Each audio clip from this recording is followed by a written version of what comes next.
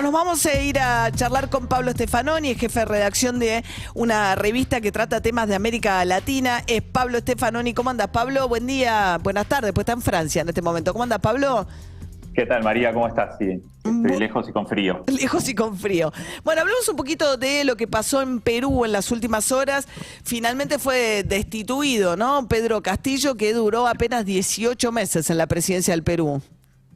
Sí, fue rapidísimo todo, porque empezó la crisis, o sea, agudizó la crisis con la decisión de Pedro Castillo de cerrar el Congreso, que lo quería destituir, lo quiso destituir desde el primer día, en verdad. Pedro Castillo nunca tuvo mayoría parlamentaria y siempre estuvo amenazado por el Congreso, decidió cerrarlo.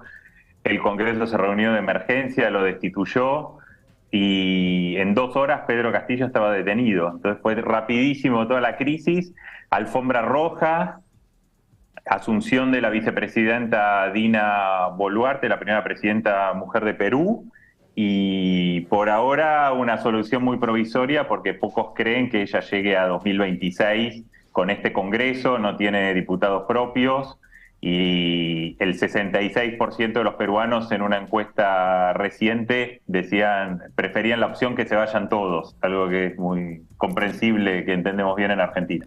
Ya son muchos. Claro, Perú viene de una inestabilidad muy grande porque el Congreso con muy poquito logra destituir a los presidentes, ¿no? Más allá de la fragilidad que tuvo Pedro Castillo del día 1. Claro, exacto. Hay facilidad para destituirlos por incapacidad moral y otras figuras así genéricas, pero esta fue una elección muy rara la que llevó a Pedro Castillo al poder. Hay que recordar que era Pedro Castillo contra Keiko Fujimori, que entre los dos en la primera vuelta sacaron solo poco más del 30% de los votos, ninguno llegó al 20%. Entre ellos dos, o sea, muy poquitos votos, con eso les alcanzó por la fragmentación política que había para pasar a la segunda vuelta, y los peruanos más que por Castillo y Fujimori terminaron votando en contra del otro, ¿no? Muchos votantes de Keiko Fujimori votaron contra el comunismo, entre comillas, de Castillo, como decía la derecha, y muchos votaron a Castillo porque no querían a nadie con apellido Fujimori en el poder, y Castillo ganó por 40.000 votos, una elección muy cerrada. Y nunca le encontró la vuelta. Castillo viene del Perú profundo, era dirigente sindical del Magisterio Rural y nunca le encontró la vuelta. Cambió 5 veces de gabinete en estos 18 meses, cambió un ministro tras otro, tenía cada vez más denuncias de corrupción sobre su entorno, sobre su familia, era muy errático ideológicamente, pasó de ministros de izquierda a ministros de derecha. Y finalmente su única obsesión era no ser destituido por el Congreso y eso fue lo que llevó también a esta decisión tan incomprensiblemente mal calculada, ¿no? Porque se quedó tan solo que era impresionante en pocos minutos.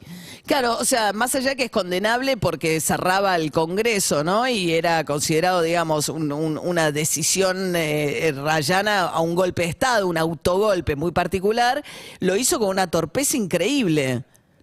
Se veía en su discurso, era un discurso incluso que se lo veía tembloroso cuando anunció el cierre del Congreso, más que el discurso de alguien que quería volverse dictador. En Perú, además, en el 92 efectivamente hubo un autogolpe de Alberto Fujimori con apoyo de los militares, que sí se volvió un dictador. Castillo, más allá de lo condenable, todos condenaron este autogolpe, el cierre del Congreso, fue más un manotazo de ahogado, claro, que la posibilidad de volverse dictador, ¿no? Muy mal calculado, en pocos minutos habían renunciado todos los ministros, hasta su abogado personal lo abandonó públicamente, o sea, se quedó absolutamente solo y terminó... La familia, todo. Todo. De hecho, se lo ve esa imagen cuando lo detienen en la fiscalía, está leyendo como una revista vieja, como que vas a un consultorio. Sí, como una revista parece que era publicidad de bienes raíces, entonces...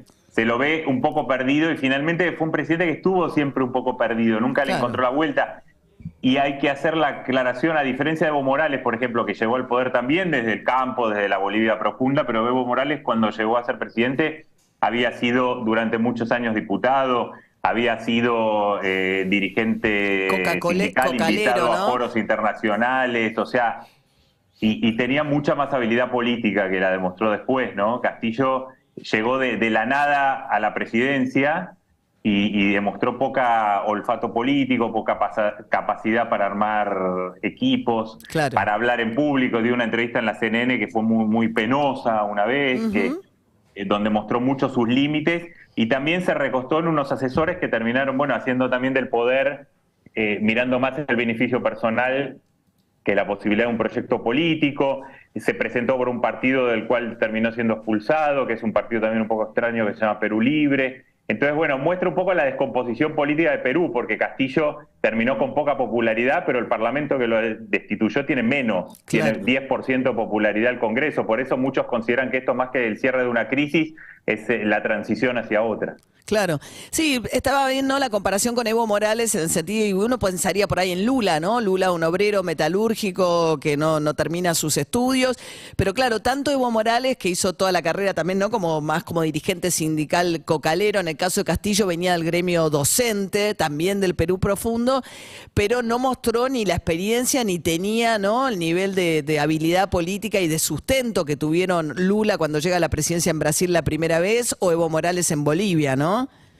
No, porque no tuvo apoyo de las élites, claramente, que siempre despreciaron a Castillo y fueron muy racistas con él, pero tampoco apoyo popular suficiente. Se vio ayer que nadie salió, o sea, hay algunas marchas planeadas y vamos a ver qué pasa, porque algunos efectivamente dicen, bueno, vamos a ver, porque ayer se veía mucho Lima, pero el resto del país, vamos a ver qué pasa estos días, pero claramente lo que puede pasar es que haya protestas para que se pidan elecciones anticipadas, no para sostener a Castillo, ¿no? Entonces quedó como boyando en el aire y por eso era tan incomprensible la decisión, porque para cerrar el Congreso, más allá de las cuestiones morales, políticas morales de hacerlo, lo mínimo que tenés que tener es fuerza entre los militares, la policía, etcétera, y no la tenía. O sea, claramente hubo asesores que le pasaron información que no era real, y él que siguió esos consejos terminó, como decían ayer, no hubo tiempo ni siquiera para... Fue todo tan rápido, dijo un analista, que no hubo tiempo ni para hacer memes, que es lo que se hace en estos casos de crisis política, porque en 2 horas estaba... Todo,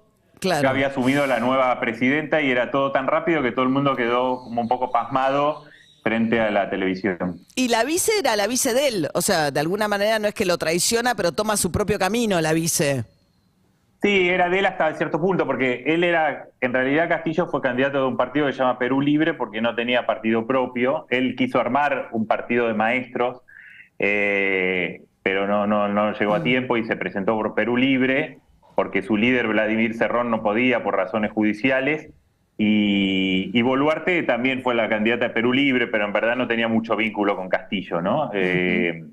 Entonces, no fue exactamente una traición, los dos terminaron alejados de Perú Libre. Es muy impresionante en Perú como los grandes partidos terminaron todos implosionando y lo que se ven son una fragmentación enorme, ¿no? De partidos, de candidatos, etcétera, que fue lo que se vio en la última elección. Y todo puede pasar. De hecho, ahora Antauro Humala, que es el hermano del expresidente Ollanta Humala, que es de un partido también bastante extraño, que es el partido nacionalista, que propone, por ejemplo, fusilar a todos los expresidentes corruptos. Y le preguntaron si también su hermano, y dijo, por supuesto, porque es traidor, ¿no? Entonces pasan cosas en Perú que tienen que ver con el nivel de crisis de la representación política, que es muchísimo mayor a lo que podemos pensar en Argentina, donde también hay crisis de la representación política, pero hay partidos, hay coaliciones, en Perú todo eso está muy destruido, y pese a todo la economía parecía ir bien, entonces bueno, todo eso fue pasando hasta que bueno, vino la pandemia y se vieron los límites de todo eso. Pablo Stefanoni, jefe de redacción de la revista Nueva Sociedad. Gracias, Pablo. No, por favor, un abrazo, gracias. Un abrazo. 7:46 de la mañana. Nosotros laburando y ¿sabe qué hace la gente?